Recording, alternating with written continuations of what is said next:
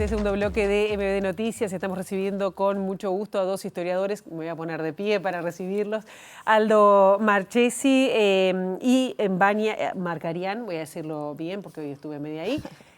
Un trabajo que hicieron en conjunto, El tiempo no para, bueno, hablar un poco o poner en cuestionamiento el escenario de la izquierda, de alguna manera, en estos momentos de crisis, ¿no? Cómo se está cambiando el relato, si se está cambiando o no. Bueno, bienvenidos, muchas gracias por estar acá. Gracias por la invitación. El tiempo no para. ¿Desde dónde se paran ustedes para mirar para atrás y hacia dónde estamos? Bueno, nos paramos como historiadores. Creo que ahí la clave de lo que nosotros estamos haciendo es revisar nuestra propia trayectoria como historiadores de esto que llamamos el pasado reciente, aunque cada vez se nos aleja más, ¿no?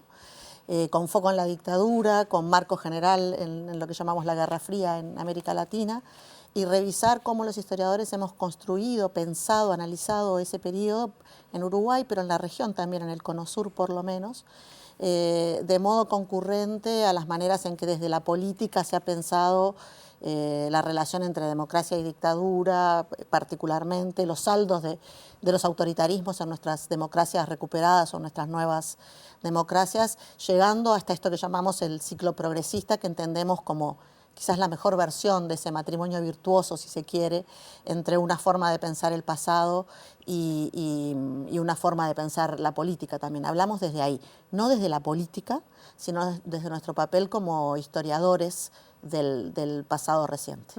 ¿Y qué preguntas surgen con este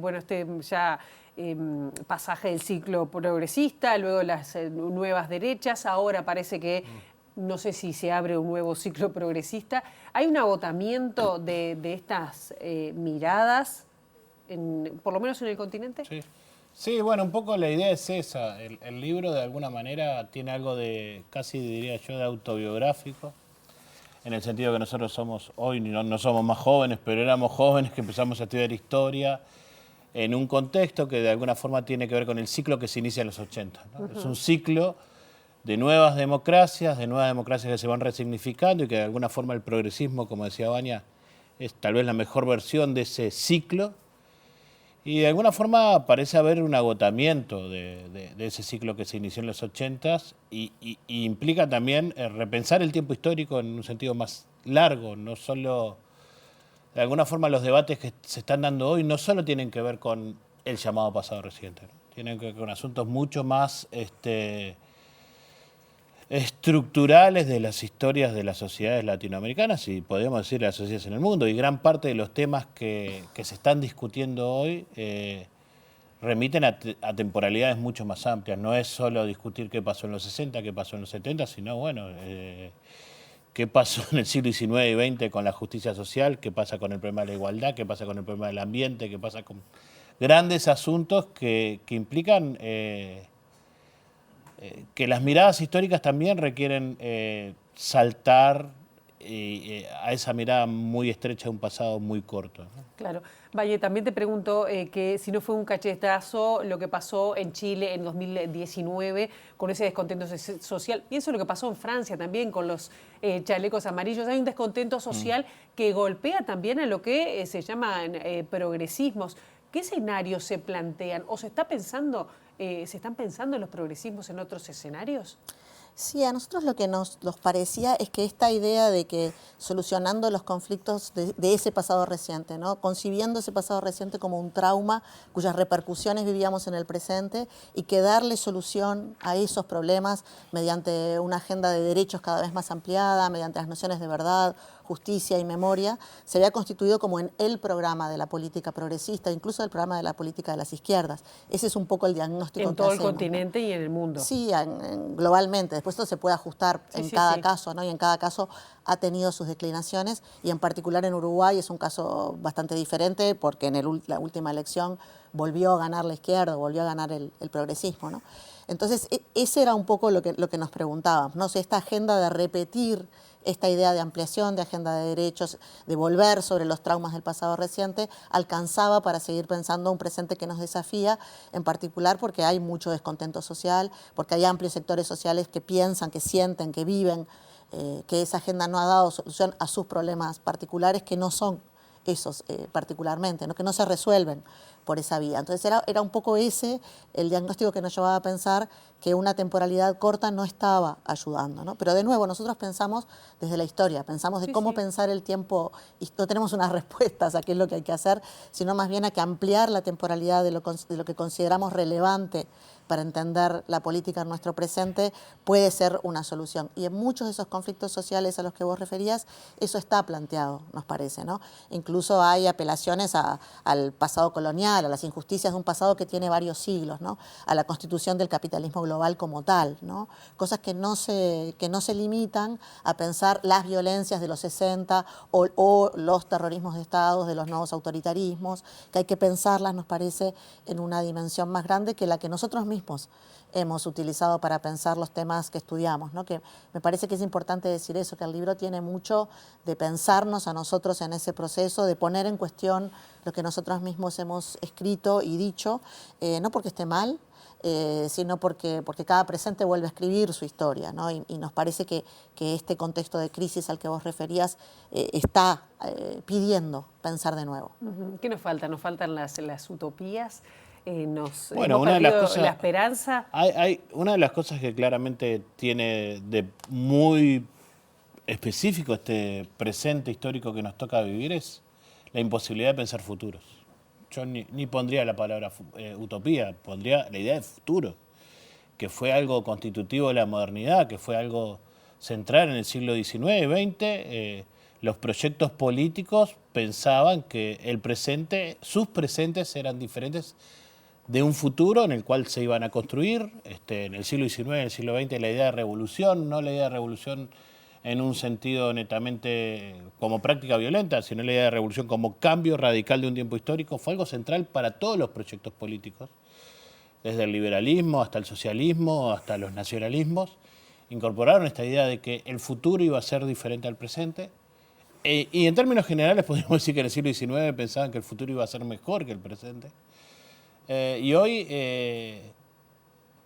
sectores importantes de lo que se llama el progresismo, las izquierdas, incluso los centros políticos son incapaces de pensar el futuro. No tienen una idea de futuro, no tienen una idea... ¿Y eso por qué? Bueno, nosotros no llegamos a responder el por qué. Claramente hay como una... Hay ciertos discursos de futuro que fundamentalmente tienen que ver con lo tecnológico y que de alguna forma han ocupado el espacio. Es este futuro tecnológico del Silicon Valley, de ciertas ideas que han abrumado la posibilidad de pensar el futuro.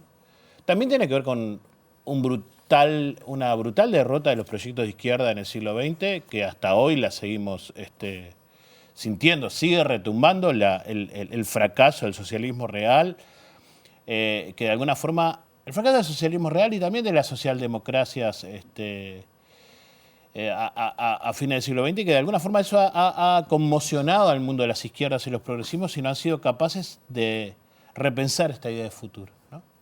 Que esto es paradójico, hay veces que la extrema derecha tiene ideas de futuro, aunque uno pueda no compartirlas, aunque uno pueda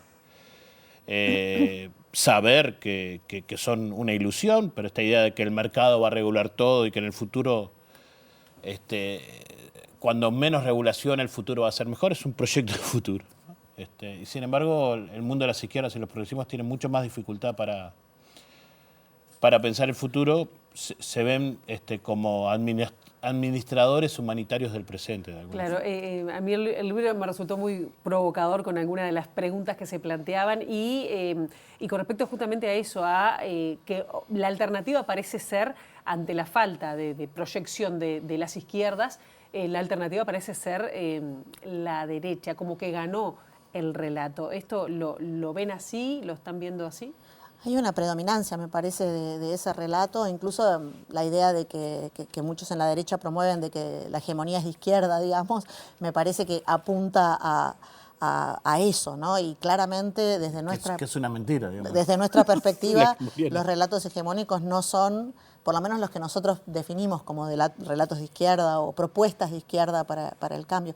Yo creo que la idea de que reparando las injusticias del pasado reciente se va a generar un presente perfecto que se extiende de modo uniforme hacia el futuro, que es que nos parece de modo caricaturizado la propuesta de los pactos democráticos de los 80 en alguna medida, y que no hay lugar para pedir más, ¿no? Que a la izquierda de eso no hay nada, que no es pragmático, que no es realista. Si aceptamos eso, solo puede crecer a la derecha, ¿no? Y creo que es eso un poco la encerrona en la que nos encontramos, ¿no? Que la repetición de presente ad eternum, bueno, no es seductora en gran medida, y no da motivos para embarcarse en un proyecto de cambio social real, ¿no? Te voy a preguntar qué es la izquierda, ¿no? Y qué es la derecha en este caso, si me lo podés como decir brevemente, porque estamos hablando como de, no sé si entelequias o definiciones que han ido cambiando también con el tiempo. Bueno, claro, que son historizables, ¿no? Exacto. Y que nosotros las definimos en función de la Guerra Fría, sobre todo. O sea, nuestro marco de definición viene de ahí, aunque lo podemos remontar a la Revolución Francesa, siempre se hace esta genealogía, ¿no?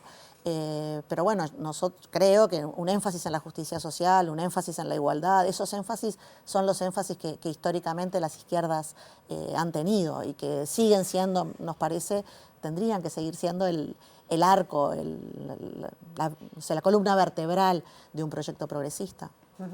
Recién estaba pensando lo de Sin Sueños o el tema de los sueños, ¿no? Para adelante, para ofrecerle a la gente. Y en la reciente campaña electoral, que yo también me acordaba que una de las autocríticas que se hicieron dentro del Partido Nacional que perdió en el 2024 fue que tampoco proponían esperanza.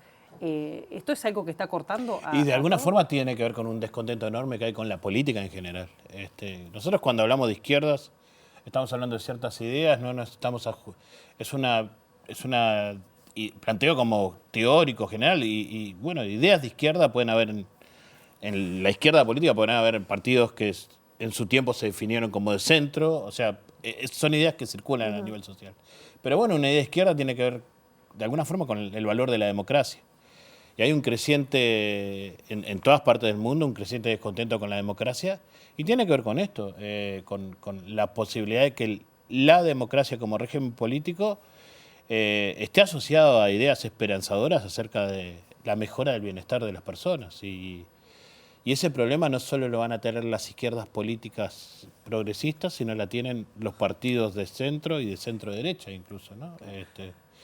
Que de alguna forma muchas veces han sido arrasados por las extremas derechas en varios otros lugares de América Latina. Y justamente de esto también les quiero preguntar, porque en estos momentos en Santiago de Chile están reunidos 5 presidentes. Se había planteado como una especie de retiro, pero es un encuentro como muy significativo para, bueno, no sé si decirlo, los gobiernos progresistas de la región, también Pedro Sánchez de España, estamos hablando de Chile, de Colombia, Brasil y Uruguay. Defendiendo la democracia. Esto se enmarca en esta cuestión de que hay que reafirmar la democracia, la lucha contra las desigualdades, pero con gobiernos que claramente también han sido atacados, pienso en el caso de España, ¿no? Que tienen claros, digamos, investigaciones judiciales por casos de corrupción. ¿Cómo se enmarca esto? ¿Es tratar de sacar la nariz para proponer otra cosa? Y bueno, hay algo de sensación de sitiamiento, de alguna forma, en términos generales, estos proyectos progresistas se sienten relativamente sitiados en este momento, pero creo yo que ahí como que la clave y la dificultad también es en no pensar únicamente en la defensa de la democracia en un sentido genérico o una estrategia meramente defensiva. Hay que mostrar que efectivamente la democracia puede vincularse a la vida de la gente, puede vincularse a cambios reales en la vida de la gente. Y es tal vez una de las dificultades mayores que, por ejemplo, en el caso de América del Sur están teniendo los progresismos, ¿no? Los progresismos habían logrado asociar esa experiencia de cierto bienestar modesto, pero bienestar al fin en las primeras décadas del siglo XXI, vinculado a este tema del crecimiento económico, el boom de digamos, hay una serie de elementos que llevaron a cierto éxito, entre comillas, del progresismo y que hoy no están teniendo esa capacidad. Y bueno, el tema es pensar cómo la idea de la defensa de la democracia no es solo un eslogan, sino de alguna forma se vincula a problemas estructurales de la historia de América Latina, ¿no? Hay algo más, ¿no? Sí. La idea de que, bueno, América Latina esto que tantas veces se repite, es el continente más desigual del mundo. O sea, hay asuntos que... ¿Y Uruguay cómo está que con eso? trascienden Y la con esto historia de los tenemos que cerrar. progresismos. Yo creo que hay algo más que quería decir, que es el papel de Estados Unidos, ¿no? En este momento, ni que hablar. la política delirante de Estados Unidos también hace que me parece que estos gobiernos, como el reacomodo de los BRICS, todo esto que se ha intentado de generar un polo que tenga otras ideas. Ahí me parece que el papel de Lula a nivel de la región, pero a nivel global, es un líder que ha intentado eso, ¿no? Posicionar a la región en contraposición a unas políticas del imperio o del poder predominante en el mundo y particularmente en América Latina, que ahora, además de todo, suenan delirantes, donde hay que ver cómo se vuelve a armar el panorama, ¿no? Cuánto se puede uno oponer, cuánto dialogar, cuánto... Perdón, y eso implica recuperar la historia en una temporalidad amplia, no pensar estas últimas décadas de los 90 para acá, sino de alguna forma lo de Trump vuelve a poner en cuestión temas como imperio, colonialismo. La idea de América Latina como una idea política potente. No podemos agotar todo el tema. No podemos. Mañana es la presentación del libro El tiempo no para, que va a hacerse en la Sociedad Urbana de Villa Dolores, ¿no? A las 18:30. Baña, Aldo, muchísimas gracias por estos minutos. Gracias. Muchas gracias a Los vos. esperamos. Por favor.